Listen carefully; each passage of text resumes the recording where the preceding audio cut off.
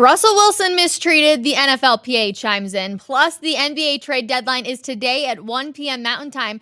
The Nuggets will answer the phone, but will they trade anyone? Welcome to your Denver Sports Daily for February 8th. Let's go. Taking you through your morning headlines, it's Denver Sports Daily with Rachel V. Hill.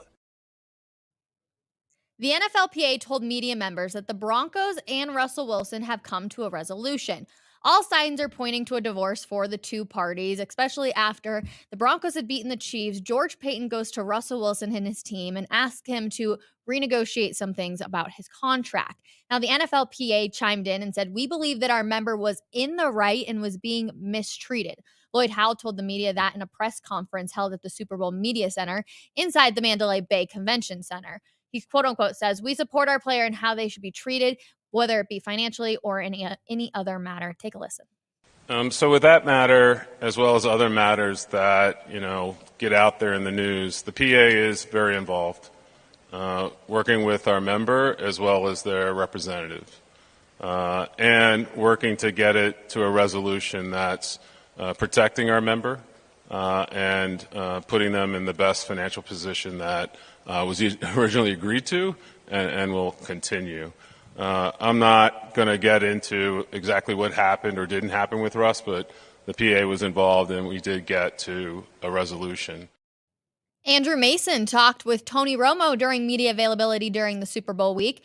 The former Cowboys quarterback, Tony Romo played 3 years with Sean Payton in Dallas when Payton was the Cowboys offensive coordinator, and Romo learned this about the head coach. Take a listen. Well, I think Sean adjusts to his quarterback. I think the biggest thing for him, for any quarterback playing with Sean, is just immersing yourself in football.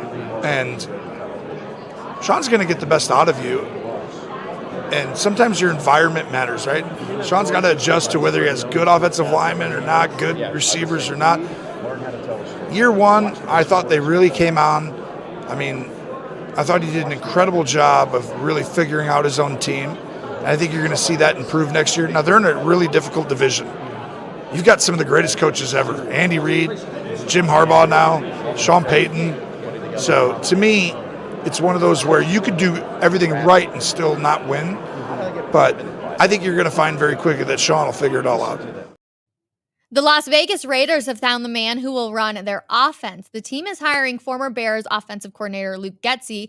Getsy spent the last 2 seasons in Chicago and was an offensive assistant for the Packers before that. He'll join the staff of head coach Antonio Pierce, which, by the way, I love for the Raiders, who was hired full-time after going 5-4 as an interim head coach last season. So what does this mean for Justin Fields in Chicago? That's going to be one of the major questions. Andrew Mason and I talked about this a little bit yesterday on Coffee Break. He says that I'm dreaming when I'm involving a 3-way tie with the Denver Broncos for possibly that number 1 pick.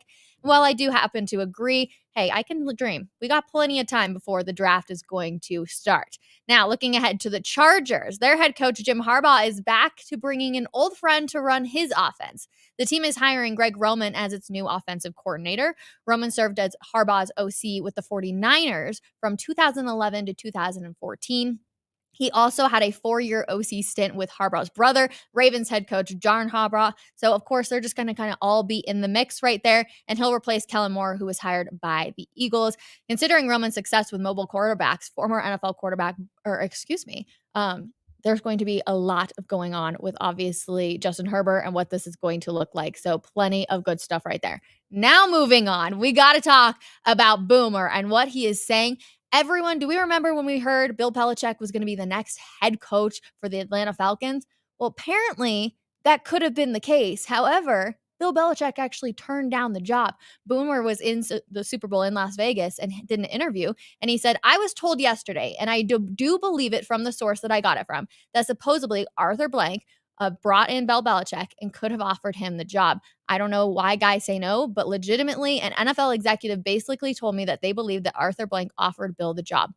Didn't see that one coming. We all saw Josina Anderson, say that Bill Belichick was going to be the next head coach as long as nothing fell through. And apparently it looks like he was the one that said, "Nope, I'm not interested in this job." A little surprising. Kind of honestly, I thought Bill Belichick was going to be a head coach in the league for a few more years, but maybe there's other plans on the horizon. The Falcons instead hired Raheem Morris, who is serving as the Rams defensive coordinator, as their new head coach to succeed Arthur Smith. So surprising. Also surprising, Nick Saban's life after coaching college football will still be around college football. That's not surprising, but he is going to be an ESPN analyst with the primary gig being on College Game Day.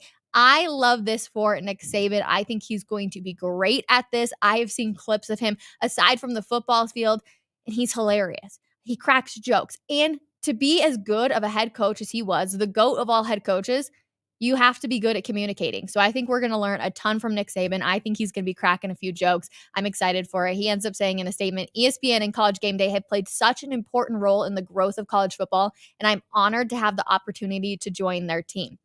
He added, I'll do my best to offer additional insights and perspectives to contribute to College Game Day, the ultimate Saturday tradition for college football fans.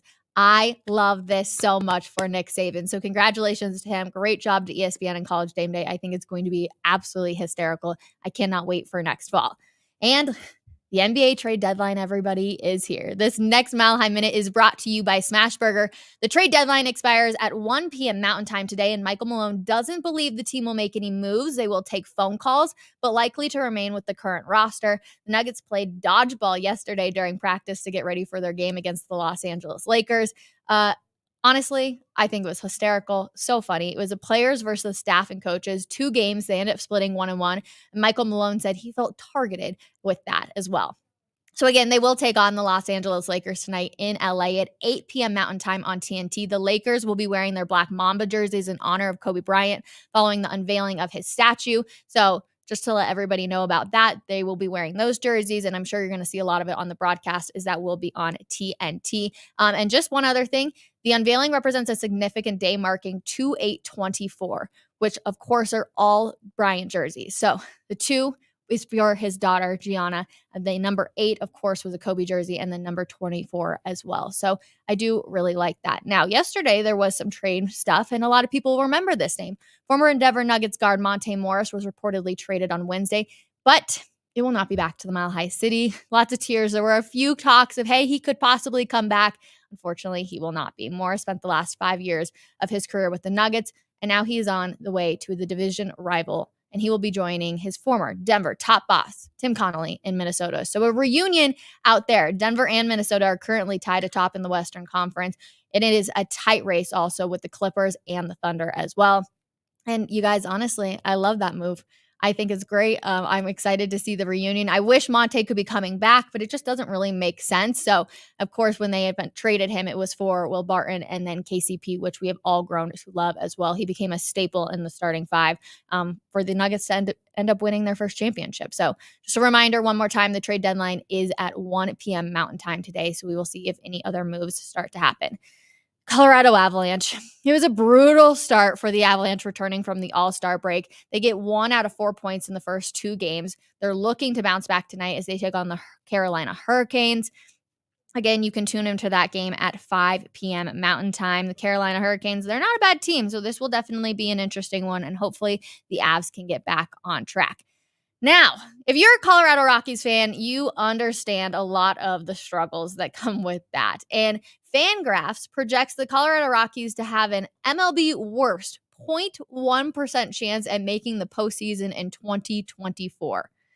Wow, that stat really hurts. This popular stats website is so low on the Rockies' hopes because they expect Colorado to finish with the worst record in baseball at 63-99. The Rockies finished in 2023 with their worst record ever of 59-103, making it the 5th straight losing season. Colorado Rocky fans, I am so sorry. And then this one's interesting, coming out of Boulder. Ian Rappaport from NFL.com is reporting that the Cincinnati Bengals secondary coach, Robert Livingston, will leave his NFL post for Prime's defensive coordinator gig at Colorado. Great news, personally. If you're going from the pros back down to the college level, you're bringing a lot of knowledge with you. The 2023 calendar year ended with Deion Sanders losing his defensive coordinator, Charles Kelly, to the same role at Auburn. So coach kept hinting at different things like some moves are coming. And almost 6 weeks later, it appears that the Colorado Buffaloes have their guy. The young coach finished his 8th season on the staff of the Bengals, where he spent 6 years focusing on safeties. In 2022, the Bengals were 3rd best in the NFL in passing touchdowns allowed. And this past season, they intercepted the 8th most passes. So good news for Buff fans. I think that this is going to be a great addition to Coach Prime and his staff up there in Boulder. And then you guys know I love a story within a story, and this one is so heartwarming. If you are, for some reason, going to be cheering for the Chiefs on Sunday, their offensive tackle, Jawaan Taylor, is dedicating his Super Bowl game to his mother, who just passed away a couple of days ago. So, of course, we are keeping the Taylor family in our thoughts and prayers as well. That one is so sweet. So, plenty of good stuff on our Denver Sports Daily today. Let's see. I always love reading the comments, and this is just my pure reaction to this. So, first comment I see, people that get paid millions of dollars to play a game are not mistreated. I'm going to disagree with you on that one. I do think people can be mistreated. Just because you make a lot of money does not mean anything on that nature. I can't put some of the other comments that we have on here, but you clearly all feel very strongly about the fact that they are using the word mistreated when it comes to Russell Wilson and what happened to him. So I can see where people get a little bit frustrated, but ultimately, I do just think it depends on how you look at the situation that happened between George Payton and Russell Wilson and his agent and the entire thing. But at the end of the day, most likely a divorce will be coming here soon between the quarterback and the team. And the question will still remain, who will be the next quarterback of the Denver Broncos? There's plenty of good stuff happening in Las Vegas. At 12 p.m., we have a special guest from FanDuel who will be joining us over on Coffee Break. So come hang out. We're going to do some fun stuff. We're going to hear about all the celebrities and what's going on down there in Las Vegas, and then take a deep look at the game too. And then we actually have kind of a fun, who would you rather have lead your team? Our producer, Joey, actually had sent over this question to me yesterday, and I think it's going to be a good conversation. So come hang out with us for this, and we will see you guys at 12 p.m. for an episode of Coffee Break. And if not, we will see you back here tomorrow at 10 a.m. for another episode of Denver Sports Daily. Get back to work, everybody. We'll see you later.